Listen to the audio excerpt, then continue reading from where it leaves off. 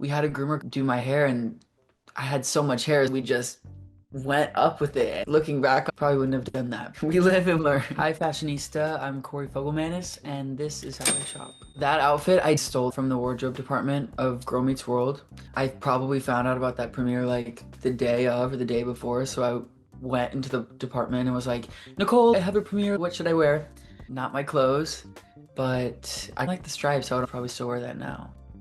It was always a neon turtleneck, a graphic tee, and then a short sleeve button up that had the craziest pattern you've ever seen in your life. At the time, I probably just wanted to feel cool. Looking back on it, I love that there was like this uniform for the character, and also our soundstage was really cold, so everyone else was shivering and I was cozy in my turtleneck. That was the first time I think that I had been styled for a carpet. So I was working with this stylist out of LA named Franzi, and she was so wonderful. I had no idea what I was doing. We got All Saints to send us some stuff. I remember loving the shirt. It was satin or silk. We had a groomer do my hair, and I had so much hair, we just went up with it. Looking back, I probably wouldn't have done that. We live and learn. I just remember feeling like if I was gonna get slimed, at least if it was denim, it would be easily cleaned. I didn't get slimed, but I'm never mad about a denim moment. Tommy Hilfiger sent me clothes for that. It's interesting to look back at pictures. I'm grateful they sent me something to wear. Probably wouldn't wear that again. I was so excited to attend that show. They are taking huge risks with clothes and style. I got to try on two things that day. The other one was, it was a top that was two shirts sewn together. So the front was one shirt and the back was a different shirt. But I loved the layering of the tank tops. It was really cute and a little cunty. It was a crazy show. I can still remember how it felt to watch it for the first time. This was a fun one. I knew that I was going to be at the VMAs to be a part of Conan's performance, but I didn't know that I was going to be walking the carpet or doing anything until a day before. I called a friend, Brandon Tan, and he helped me. He was styling for the VMAs and had stuff pulled. We have a similar body type, so I tried on his rejects, and I was just in love with the and stuff and made it work. It was fun.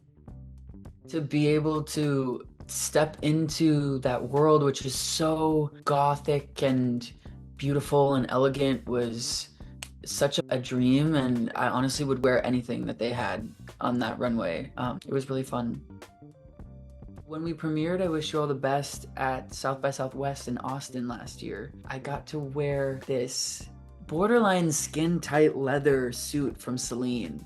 I felt like $1,000,000 in that suit, and I had black leather cowboy boots, and so it was like, it had a little bit of that cowboy influence in there, but it was a perfect blending of New York and Austin, and it had these white ruffles on the collar. That's probably one of my favorite looks that I've ever worn.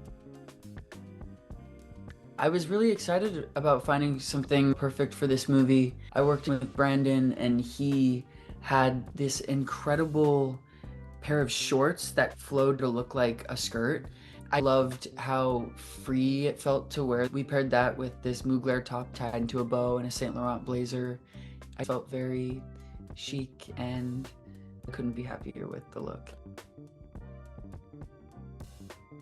Wardrobe is such a big part of Ben's expression, and it was useful to show the audience where Ben is at with each moment of building self-love and confidence and letting the world in. The very beginning of Ben's story, we see them in baggier clothes, hoodies, hiding themselves. Tommy, our director, used this word boy drag, and I just thought it was so interesting the way that we can have these ideas of how we need to present ourselves to the world based on things we're taught as we grow up. And I think Ben used clothes to protect themselves early on in the movie, and as it goes on you really see it be a source of joy and creativity and confidence for them.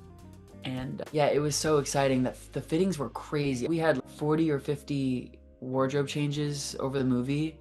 It was a lot to figure out, but really special. And Tommy Dorfman, we pulled a lot of fun things from her closet too.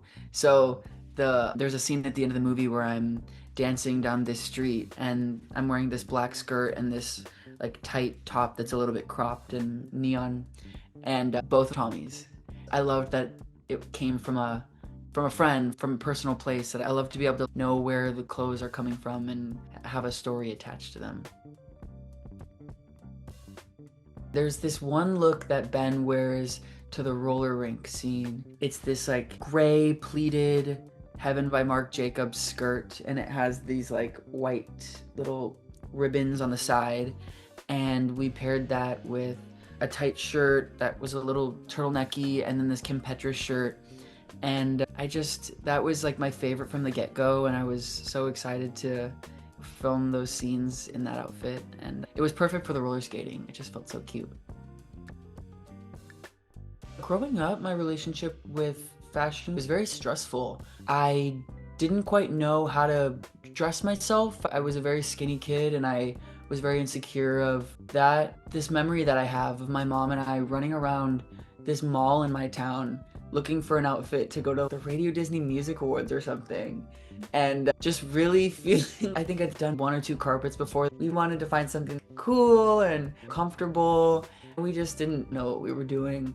Bless my mother for being along for the ride. I feel like I can really relate to Ben, where there's something comforting about hiding yourself because you don't have to worry about people's opinions. Ever evolving. It really depends on the day. I have a gradient of pants in my closet, from very baggy to not baggy at all. Some I took from the I Wish You All the Best wardrobe because Ben has great jeans. But I just feel like, you know, it's a very similar way that I approach my characters, and when I'm working on auditions, it's a tool to feel how I want to feel on any given day. I find myself drawn to a certain color on a certain day. Monochrome makes it easier because if I choose a color, I know what it is that I'm doing. But yeah, I think there's days where I get really excited about figuring out what I'm gonna wear, and other days I just throw on a Dickies one piece, like a little like uniform, because some days I would rather just, you know, put my energy into something else. So it's ever changing. I would describe it as figuring it out in real time. Looking back on the photos is scary at times, and it's crazy that it all exists forever, but at the same time, I was a baby and figuring it out, and now for me, how I like to get ready is to just put on an album that I'm loving. Before the I Wish You All the Best premiere, I was listening to Willoughby Tucker, I'll Always Love You, the new Ethel Cain album. Finding my center is important, and being around people that make me feel safe and comfortable.